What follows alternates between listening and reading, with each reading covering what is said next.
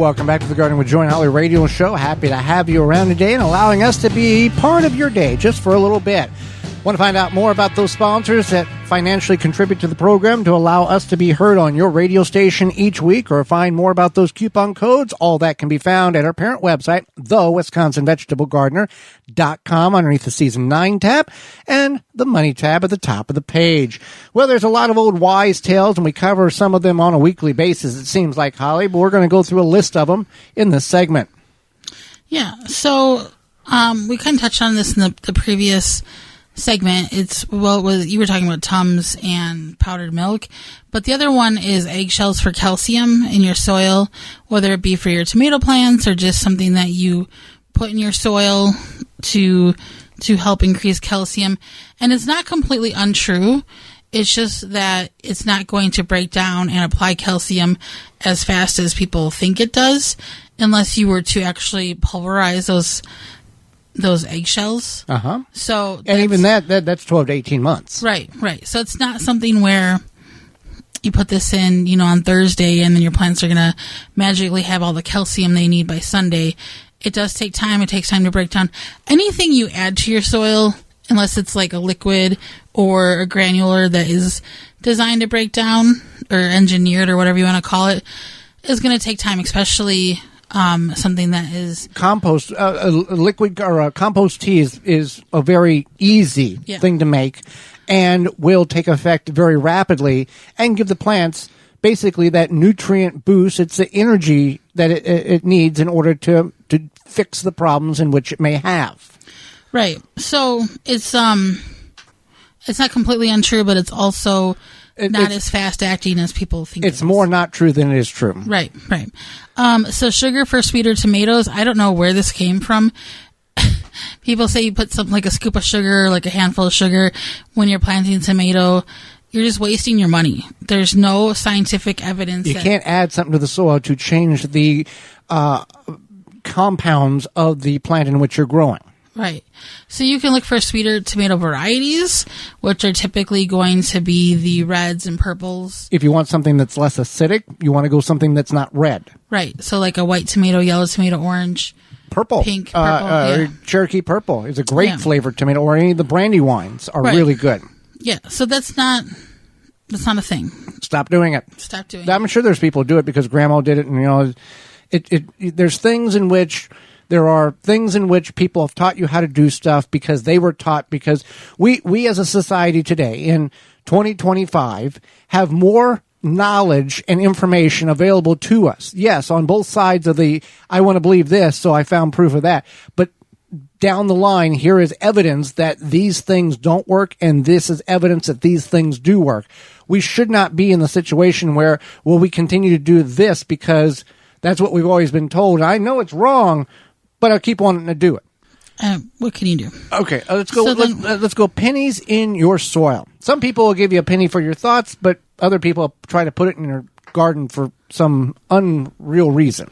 So, I don't know where this came from, but well, it's believed to provide copper to help the plants, copper fungicide, and to deter pests. So this might have been true at one time, but now there's not much copper in pennies. Well, it is important to consider that pennies cannot benefit. They can benefit your plant by increasing the copper level. They can't do that. No. And it can be harmful. Additionally, the myth of pennies can change the pH doesn't work out either. And if you think about it, it could be harmful to the if you are going to till. Now you're tilling pennies, and then also worms. They might not like that. Well, also there's also if they put pennies in the ground, it will help change the color of flowers, and that's not true either. I never heard that myth. I have heard the pennies for the copper, the pennies for the copper may have been true when I don't think it was ever true. I think somebody just made it up and people ran with it because the lack of available proof of execution didn't exist 50, 60, 70 years ago. Like sugar for your tomatoes. Right. All right. So we also have singing or talking to your plants. And this is true to an extent. It's plausible. The Mythbusters did this in one of their mid-season episodes. So the plants can sense the vibrations, and that could be good or bad or indifferent. And so singing, talking to them, I think it's kind of the thing. If it makes you feel better, then just do it. Well, you can. I believe you can Google that and find out the MythBusters app. And they did plants in which they. There's also a study in Japan done on it too. Yeah. So it is plausible, but things that are plausible. Water midday will burn the leaves. So we've talked about. I think we've talked about this. The belief of watering plants in midday will burn the leaves is a myth. While there are some water droplets on the leaves might act like tiny magnifying glasses, the effect of the is minimal and unlikely to cause any significant damage. Research scientists' evidence have suggested that midday watering does not lead to any type of scorching of the plant. I don't know where this came from. Somebody thought this was cute and decided to tell the world about it, but that doesn't hold true. Because here's the other thing. Let's put on our common sense hats, because all of you listeners, you guys are smart. So let's all gather together and follow me on this. It's sunny. Storm comes up. It rains. We get these thunderstorms. Midday, the storm blows out, clouds go away, sun comes out, plants are all wet. If this was true, all the plants would self-combust and burn up from all the heat from the sun magnifying through the water droplets, and we wouldn't have any vegetation. Rainforests wouldn't exist. Now you got me thinking about the plants combusting in your backyard. Uh-huh. Yeah. Talking about a forest fire problem. Yeah. Smokey Bear would not be happy. No, not at all. We don't want to displease Smokey the Bear. So, yeah. So that's not true. It's, I don't know. There are people in this industry doing what we do today that are saying that does exist. I know. That are on radio and podcasts that swear that this can't water because it's going to. Well, they also believe that Epsom salt is the cure-all for all the things. So, right. Which we can talk about as well, because it's a widely. Magnesium sulfate does help make plants greener and better flowers. That is proven. There's some proof there. But to be the magical fix-all to end-all, it's not the case. Now, you want to get, if you're going to add Epsom salt, magnesium sulfate, which is the cheaper way to go than going to the garden department and buying the actual magnesium, you want to get the non-fragrant kind. You want to get the pure Epsom salt that you would use for your feet or the soak in the tub. There is some benefit to that if your soil is needing it. You can add too much of anything to your soil and cause problems. You can add too much nitrogen, phosphate, potassium, magnesium, copper, whatever. You can mess the soil up greatly by adding too much of any one element. Right. And that's something that people should definitely be aware of and that's another myth. Is just because it's natural or organic. Well, it's good. It's good. Add more. It's good. Add more. It's good. You can't harm your plants. It's even you've done this with the kitchen spray. You were like, it's natural, and then you sprayed it on something, and I was like, no, it is safer, but it's still a kitchen spray. So yeah. So you want to keep that in mind, unless you're using something that's like a homemade, like vinegar and essential oils or soapy water. But that's even dangerous. Yeah, it is dangerous. So, so you want to keep that in mind, that just because it's organic, just because it's natural, just because it's XYZ doesn't mean that it's. Well, the other thing is, if the plant is showing symptoms of a certain characteristic that is not positive, it's wilting or it's got a discoloration or something. There are multiple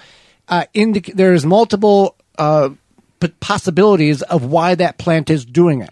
The first one that comes up in your internet search not always is the correct answer. So you look for the plant is exhibiting this type of trait. Look it up. Oh, add X product. Oh, I'm going to add a lot of X product. When really it's about the third one down on the list, and you've added too much of X product, and now you have really caused more of a problem than the problem that was actually needed to be addressed, because you continue to add, I got to keep adding more to this because that's what it says will fix the problem, and that wasn't the problem to begin with. There's plenty of there's plenty of ways in which to identify or give a general, here's where I need to start with this problem, and then start whittling away of, is that really it? Is that not? Right. So you want to keep this in mind with anything, whether it be, your neighbor tells you to put tomato or put sugar in your tomatoes. Now, some neighbors are phenomenal with knowledge. Right. But what I'm saying is that you really want to think about, where did this come from? Does it make sense? Does it make sense? How ridiculous is it? If your neighbor is like, I like singing to my plants, don't argue with your neighbor who's singing to their plants. Because that would answer a lot of the questions, what that noise is when you're sitting on the back patio and you can't figure out what that... Sometimes you got to pick your battles, right? Like, this is not worth...